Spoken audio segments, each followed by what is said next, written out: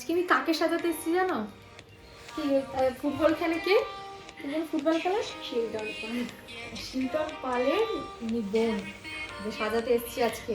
যারা ফুটবল লাভার তারা কিন্তু অবশ্যই ভিডিওটা স্কিপ করবে না। দেখো কাকে এসেছি।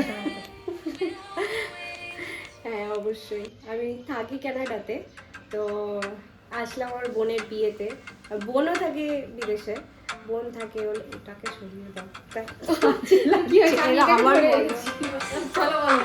এত কথা বলে এত সুইট, যেরকম ওনার মেয়ে সুইট সেরকম উনিও খুব সুইট। বলো বলো, বলতে থাকো বলতে থাকো।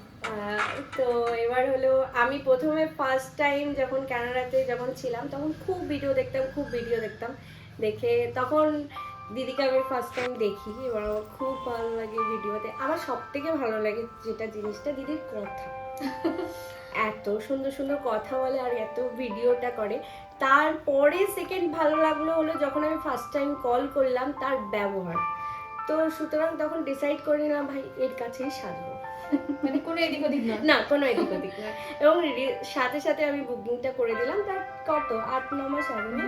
হ্যাঁ 8-9 মাস আগে আমি বুকিংটা করে দিয়েছি। কিন্তু আমার বিয়ে নয় এটা, বিয়েটা হলো আমার মানে বোনের বিয়ে। এবং বোনও থাকে বিদেশে, আমিও বিদেশ থেকে এসেছি, মানে আবারও চলে যাবো বিদেশে। সবে এখানে এসছে আর আমি ঢুকে পড়েছি। মানে এখনো ঘর দর কিছু গোছাগাছি হয়নি বলছে। কিছুই নয়, মানে গোছাবো কি করে? কি হবে আবার চলে যাবে বিদেশে, গুছাবো আবার যাবো। হ্যাঁ হ্যাঁ, এটাই হ্যারাসমেন্ট। আর তারপরে হলো ওখানে কত টাইম লাগলো এখানে আসতে? 22-24 ঘন্টা। আমরা ট্রেনে 22-24 ঘন্টা থাকলে অজ্ঞান হয়ে যায় প্লেনের মধ্যে। হ্যাঁ 22, মানে তাও আবার হল্ট ছিল, 1 ঘন্টার হল্ট ছিল। তো দুবাই হয়ে এসছি। আচ্ছা, দুবাই হয়ে তারপর দুবাই থেকে এসছি। মানে আমি প্রথমে আমি আর আমার মেয়ে এসছি, তারপরে আমার হাজবেন্ড এসছে। ওটাই হয়ে গেল। Husband software engineer. খাবে কে তোমার পয়সা? এই কি বলছো? জামাই খাবে, এত বছরে জামাই নিয়ে যাবে তোমার জামাই না, আসলে শুনতে এরকম মনে হয়, কিন্তু বিদেশে থাকা যতটা মানে হ্যাঁ যতটা শুনতে ভালো লাগে ততটাই টাফ। মানে দুজনে ইনকাম করতে হবে, তার জন্য আমাকেও ইনকাম করতে হয়। আমিও প্রফেশনালি ওখানে একজন শেফ আছি, আর আমি রেস্টুরেন্টের শেফ আছি। তো যাই হোক চলছে এরকম ভাবে। মানে ভারতীয় নারী বিদেশ মে খেলনে খায়গা, সেটাই।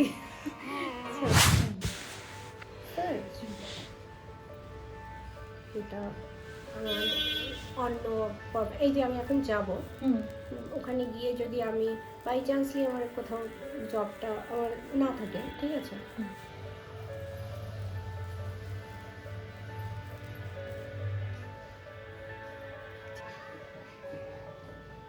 প্রোফাইলে ফটো দিলে হেভি হট লাগছে। এরকম ছিল। শাড়ি ভীষণ ভালোবাসেন, কিন্তু ওখানে আর পরা যায় না। ওখানে পরেই, কিন্তু দুর্গাপুজোর টাইমে পড়তে হয়, কিন্তু আদারওয়াইজ কোনো জায়গা পাই না পরা। ওই জন্য আজকে শাড়ি পরছে স্পেশালি। এই শাড়িটা আমি 8-9 মাস আগে বুকিং করে রেখে দিয়েছিলাম, শাড়িটা আমি পরবো। তার জন্য সবকিছু এখানে এসে রেডি সমস্ত কিছু করেছি। মানে এত শাড়ি পরার ক্রেজ, বুঝতে পেরেছি। তাই সুযোগ খুঁজেছে শাড়ি পরা, তাই না? আর ওখানে তো জবের জন্য তোমাকে যেরকম মানে না জিন্স টপ না, জবের পুরো আলাদা পোশাক আছে। তো ওখানে বাইরে ড্রেস আছে, শাড়ি তো না শাড়ি। আমার বর তো যাওয়ার সময় বলেছে কোনো শাড়ি নিয়ে আসবে না। এবার যখন আমি পুজোর সময় দেখি সবাই শাড়ি পরছে, আমার কাছে একদম শাড়ি নেই, কি করবো? ওই জন্য ইন্ডিয়া থেকে শাড়ি কিনে না ইনস্ট্যান্ট। ওইখানে তো অনেক এরকম আমাদের মতন ওরকম এক্সিবিশন হয়, এখানে যেরকম হয় ওখানেও হয়। তো বাঙালি লোকেরা অনেক শাড়ি বিক্রি করে, তো তখন ইনস্ট্যান্ট ওই জায়গায় শাড়ি কিনে পরের দিন শাড়ি পরে চলে এসেছে।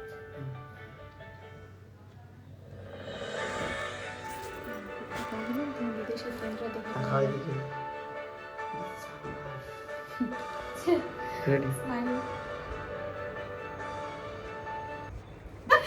কি জ্বালা করেছি। আমার বিয়ে নয়। আরেকটা হাঁড়ি পড়ো না গো, একটু পড়ো না না প্লিজ না, আমি বিয়ে করতে যাচ্ছি না। ভালো লাগছে বলে কথা নেই, আমি বিয়ে করতে যাচ্ছি না ভাই। একটু আমি ট্রাই করো, কিন্তু ওই ওটাই। আরে আমার বিয়ে নয়, আমি বিয়ের সাথে যাচ্ছি না। মানে এটাকে ছেড়ে দাও, তাই তো? হ্যাঁ ছেড়ে দাও। হ্যাঁ তোমার ফোন দাও যে কি করতে? চুলটা একেবারে টেনে করবো। আমি একটু বাউন্স দেবো, জানো, এখানে কার্লস করবো, এখানে কার্লস করবো। দেখো আমাকে কিন্তু বাউন্সটা এখান থেকে নামিয়ে সামনে থেকে না। হ্যাঁ ঠিক আছে, এবার তুমি বুঝে করো। মানে এখানে চাইছো যা হবে চাপা, জাস্ট পিছন থেকে। হ্যাঁ পিছন থেকে তুমি যা জাস্ট করা আমাকে, হ্যাঁ পিছন থেকে যা করা করো, কিন্তু আমাকে ইয়ে করো না, মানে সামনে থেকে বাউন্স করো না, ঠিক আছে? ভালো লাগে না আমাকে।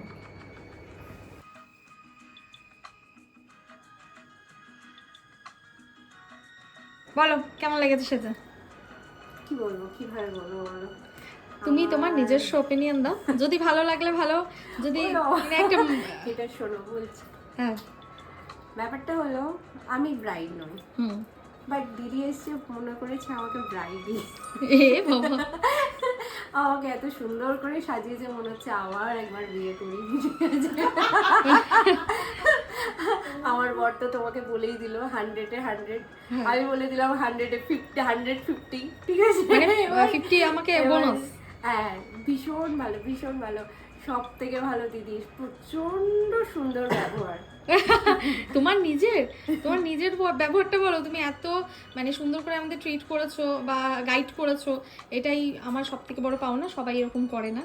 তো থ্যাংক ইউ তোমাকেও অনেক, যে তুমি এত সুন্দরভাবে আমাদেরকে গাইড করেছো, আর এত ভালো মনের মানুষ, জীবনে আরো বড় হও, আরে আরো অনেক বড় হও। ব্যাপার নেই, এমন কোনো ব্যাপার নেই, আমার যতটা সম্ভব আমি আরো হয়তো করার ইচ্ছা ছিল, কিন্তু আমি করতে পারিনি, যতটা সম্ভব। আরো বললে মানে সমুখ এখানে ভর্তি করে এত খাওয়া দাওয়া করাচ্ছে, এত ট্রিট করছে আমাদের, সত্যি না, না, প্রথম কেমন লাগছে ওকে দেখতে? মানে আমি চিনতেই পারছি না এটা আমার ভাইজি কিনা, এত সুন্দর লাগছে। আবার একবার বিয়ে করছে একদম। আর এইটা ইনি হচ্ছে খেলোয়াড়ের মা। হ্যাঁ এখনো পিসিও সাজবে, উনিও সাজবেন আমার কাছে, তাই তো? হ্যাঁ একদম। তাহলে চলো।